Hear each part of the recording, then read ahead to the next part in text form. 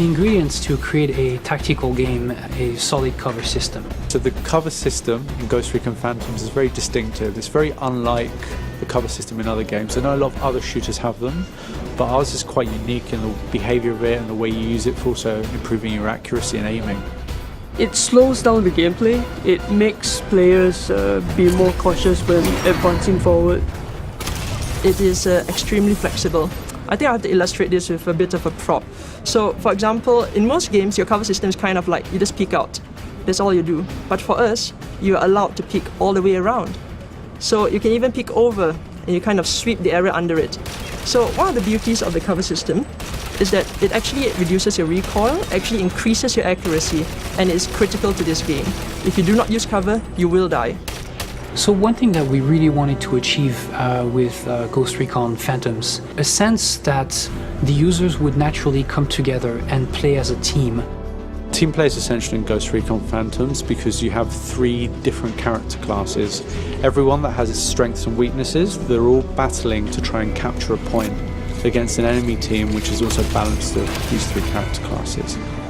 Team play is at the core of Ghost Recon Phantom experience, and it's a recipe that you need to test and tweak every day, hence the need for playtests on a daily basis. So playtests happen every single day, either level design specific or generally speaking changes to gameplay, changes to some of the systems, changing to the user experience. The playtesters help us to get feedback on weapons, so they help us figure out if certain guns are too powerful, for example.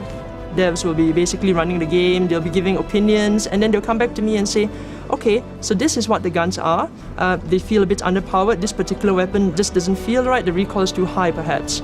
And after we collate all this experience, we just have an analysis, and beyond which we go, okay, I think we know what to do, and then we'll try it again until such time that everyone is satisfied and we go, okay, perhaps the players get a shot at it now. We don't push something out if we don't feel it makes sense in our game. If the playtest feedback comes back strong enough that it's not right, then we will adapt it till we feel that we reach a sweet spot where it's something that makes sense for us as a business and makes sense for our users as something that they can enjoy as well. My favorite gun in the game, I would say, is the Nemesis. It's a 50 caliber sniper rifle, it pops hits in a single shot, and it's a really slow gun. And just by the sound of it, okay, this guy killed me with this Nemesis rifle, and you know, he raged. So he knows by just listening and dying to this sound of this gun, this player has bought this gun. It was actually a real challenge creating this gun because it's like you need to have a balance of the super high damage. At the same time, you don't really want the experience where you shoot a player in the body and the player dies immediately. So it's kind of a delicate balance between the two. We're always creating guns with a clear intention in terms of design, but very often the community and the way they're playing the gun is quite different. And that's what's so interesting with the players and the community. They always surprise us. And when the artist comes in, it's all about making the level design invisible to the player.